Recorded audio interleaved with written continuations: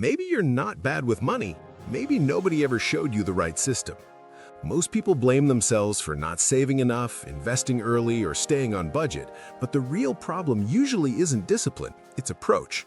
Small mistakes in how you manage cash flow, think about spending, or structure your finances can quietly keep you stuck. In this video, we're breaking down what you're probably doing wrong and how a few simple shifts can completely change your financial trajectory. You spend before you save. This is the #1 mistake, and almost everyone does it. Money comes in, bills get paid, you spend on whatever you need or want, and then you save whatever's left. But here's the problem, there's almost never anything left. Life has a funny way of eating up every last dollar if you let it. The fix is simple but powerful. Pay yourself first. The moment your paycheck hits, move a set amount to savings before you touch anything else. Even if it's just $50, the habit matters more than the amount. Over time, you increase it. What you're doing is treating savings like a bill, one that's non-negotiable. Your future self is basically a person you owe money to, and right now, you keep skipping that payment. When you flip the order, save first, spend what's left, your financial life starts to stabilize almost immediately. It feels tight at first, but you adjust faster than you think. The key is to automate it. Set up an auto transfer the same day your paycheck comes in. Out of sight, out of mind. You won't miss what you never see. You don't know where your money goes. Ask most people where their money went last month and they'll give you a rough guess. Rent, groceries, gas, sure, those are obvious. But what about all the small stuff? The subscriptions you forgot you signed up for, the daily coffee, the random late-night online orders, the "it was only $15" moments that happen 4 times a week. Those small leaks are draining your account quietly and you don't even notice because each one seems harmless on its own. The fix is tracking. Not forever, not obsessively, just for 1 month. Really pay attention to where every dollar goes. Use your bank's app, a budgeting app, or even a simple spreadsheet. Categorize your spending. When you see it laid out, you'll be shocked. Most people find at least 2 or 3 things they're spending money on that they'd easily cut if they just knew about them.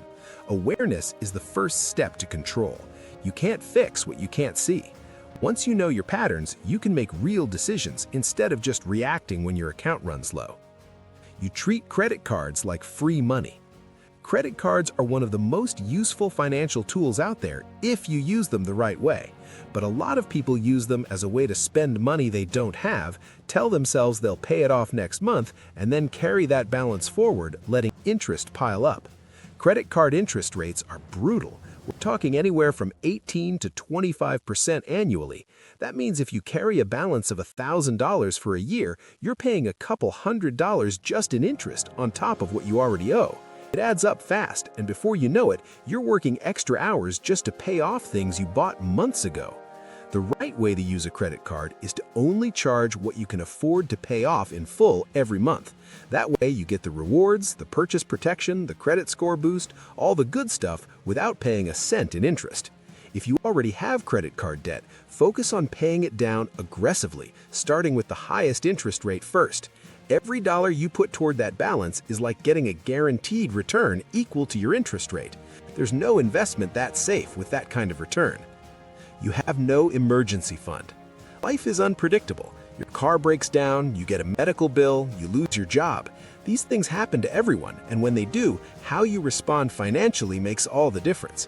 If you don't have an emergency fund, every unexpected expense becomes a crisis. You go into debt, you stress, you pull money from savings meant for something else, and you feel like you're always one bad day away from financial disaster.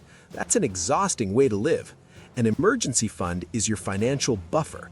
The goal is to have 3 to 6 months of living expenses sitting in a separate savings account that you only touch in a real emergency. Now that sounds like a lot, and it is, but you don't build it overnight. You start with $1,000 as a first milestone, then $2,000, then 1 month of expenses. You build it slowly and steadily, and once it's there, something shifts mentally. You stop being scared of bad luck. You handle problems without going into debt. You make calmer decisions because you're not in panic mode. That peace of mind alone is worth more than people realize. An emergency fund isn't just about money, it's about stability and confidence. You wait too long to invest.